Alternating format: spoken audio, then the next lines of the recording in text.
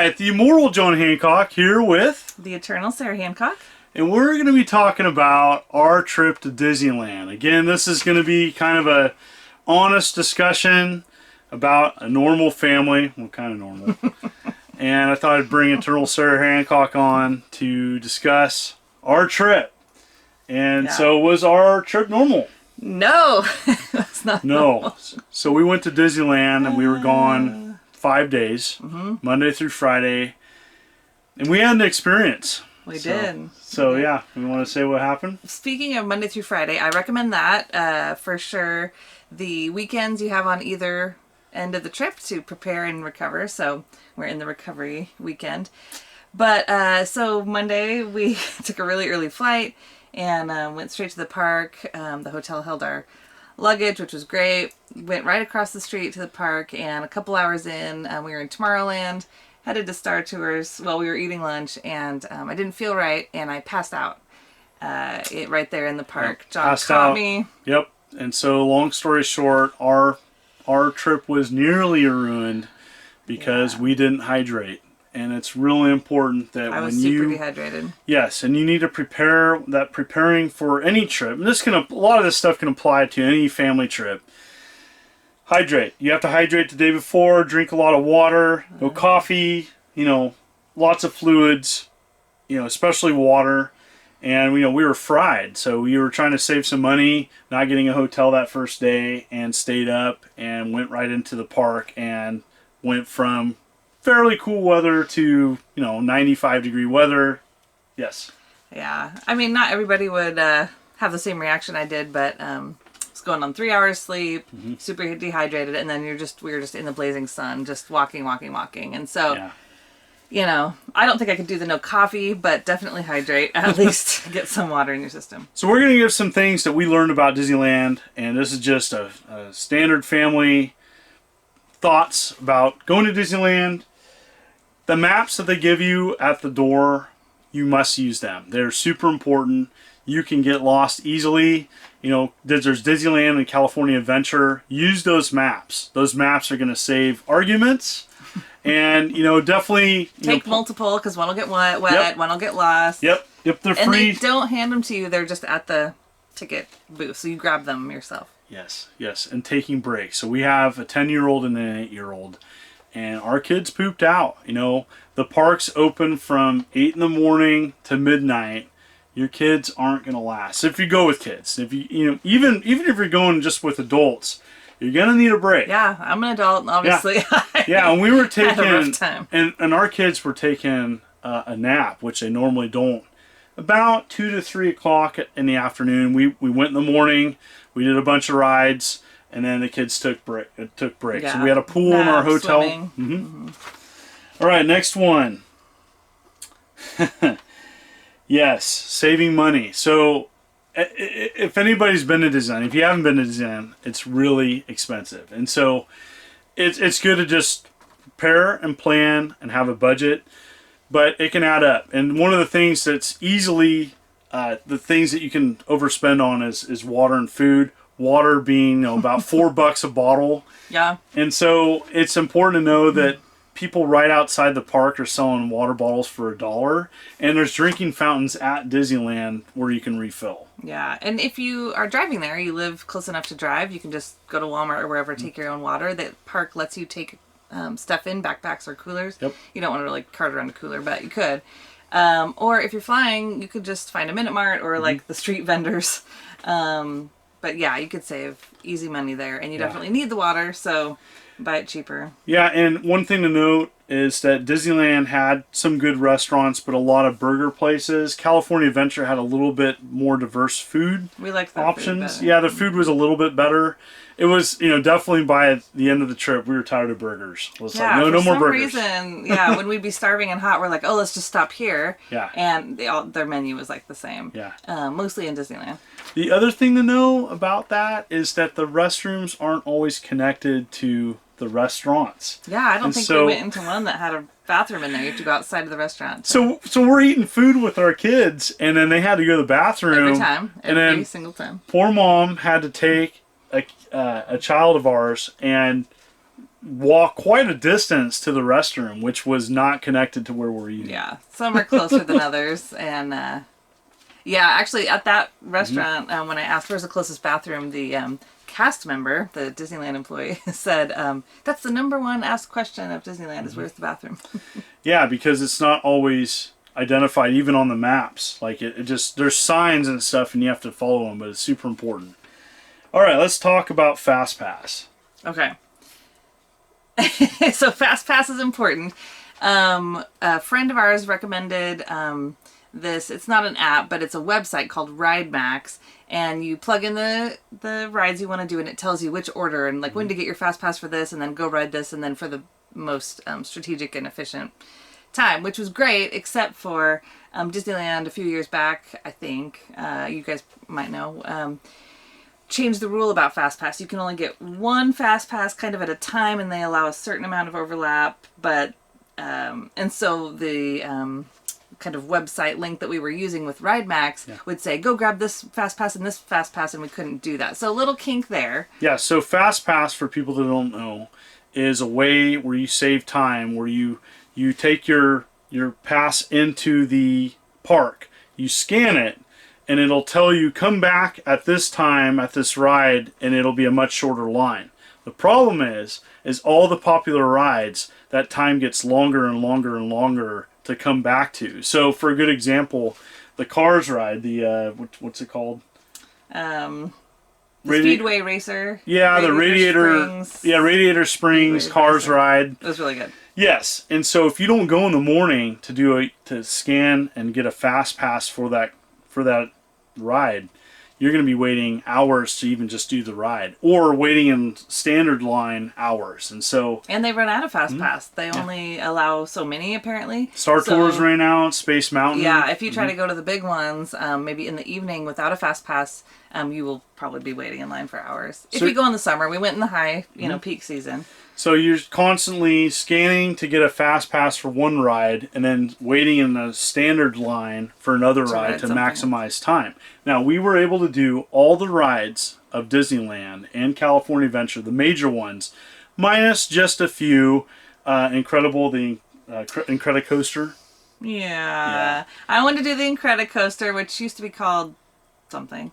It's the big roller coaster in California Adventure, but we had a little bit of our time taken up with the whole emergency department visit, and then my son was not sure he wanted to ride it, and anyway, there's only so much time, but other than that, we rode all the major ones. And we were able to do that because we were using FastPass, and we were using a map, and we were planning out our day, not getting obsessive about it, but really just kind of maximizing as much as possible. Also, it's important to know that one of your days, if you do multiple days, you can get in the park early. With if you have some sort of package or buy it, the up fee or whatever for a magical morning hour. Okay, so another thing we recommend is there's an option to get in the park early. Yeah, magical morning. And you get in an hour early before everybody else. And there's other people that purchase it too. I think it's an additional fee. Use it, because when you use it, you're able to get into the park. And we were able to have only a 20-minute wait for Space Mountain, which is normally a couple hours during peak summer times. For us, that was totally worth it. You're literally in the park before the park opens. There's people out at the gate waiting for the regular, and you're in there with other people that got the same package, but still. We loved Magical Morning Hour and got a lot of stuff written. Yeah, it's a lot of fun going in the summertime. That's not going to work for everybody. I'm a teacher. I can't go in the fall. I hear a lot.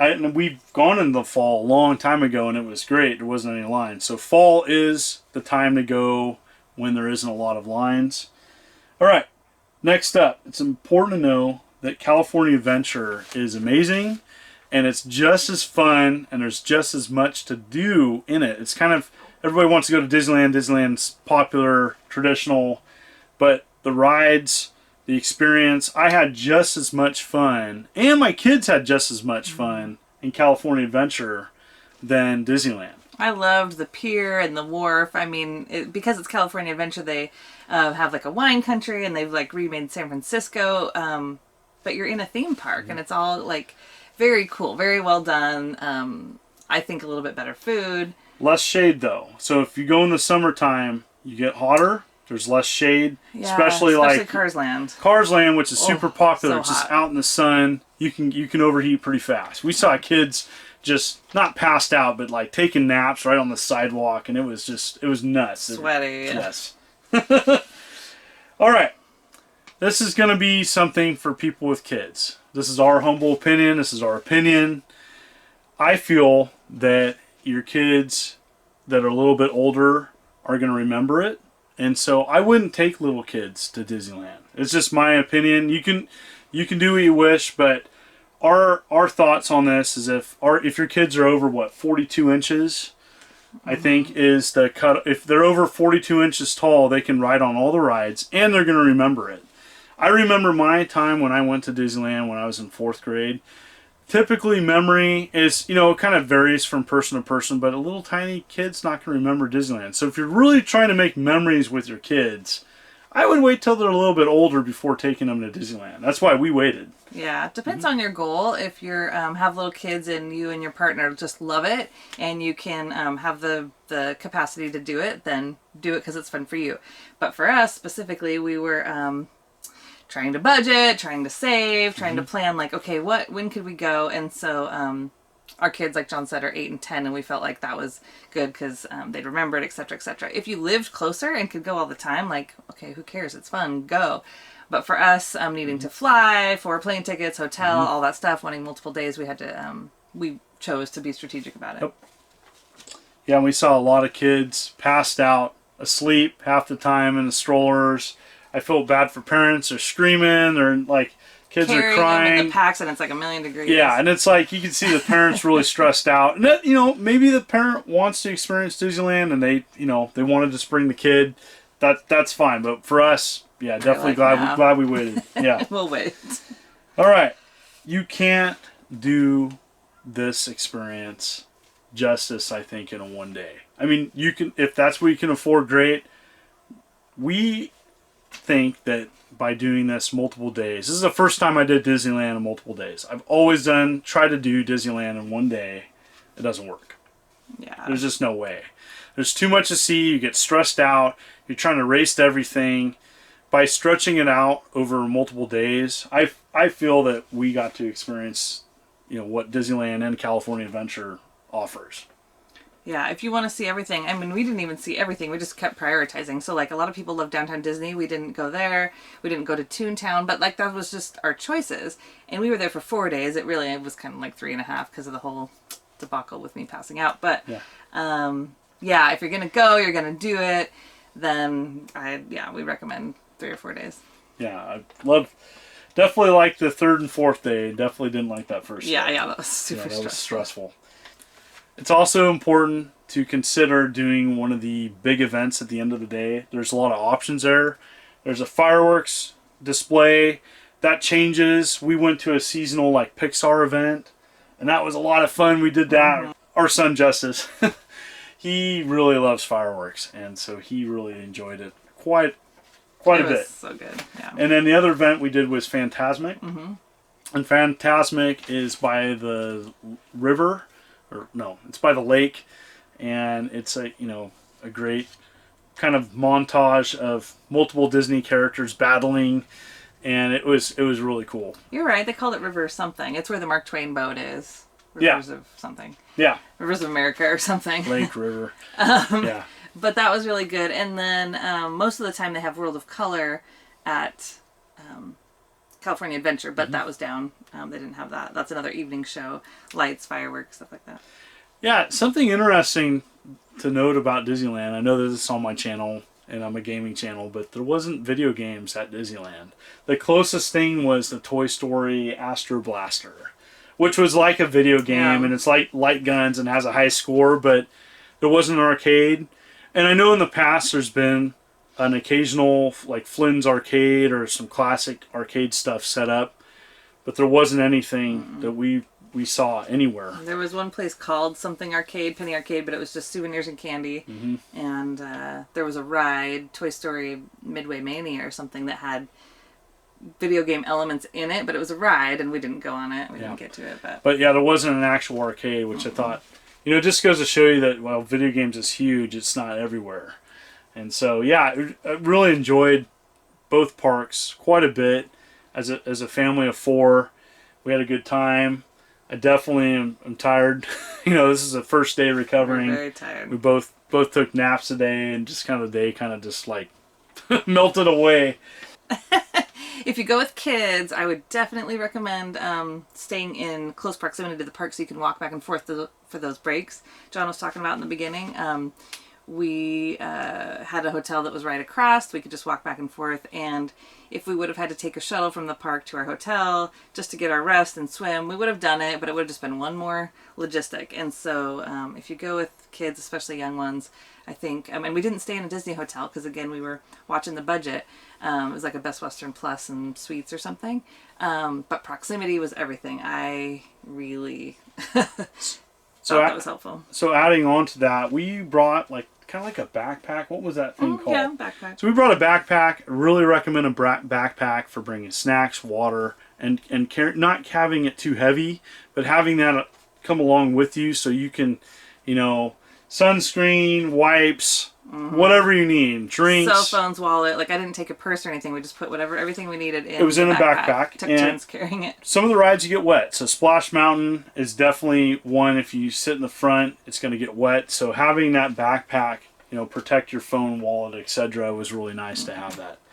So that's our experience, and I know this is just kind of a different type of video on my channel, and I just thought I'd bring my wife on and talk about our Disneyland experience and things that we learned, and hopefully to help others if you're thinking about planning Disneyland.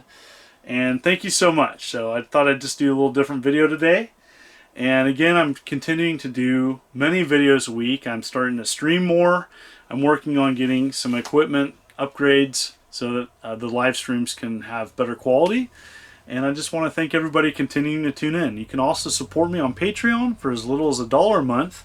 You get an exclusive video every month. Thank you so much. This is the Immortal John Hancock. And the Eternal Sarah Hancock. You take care. Bye.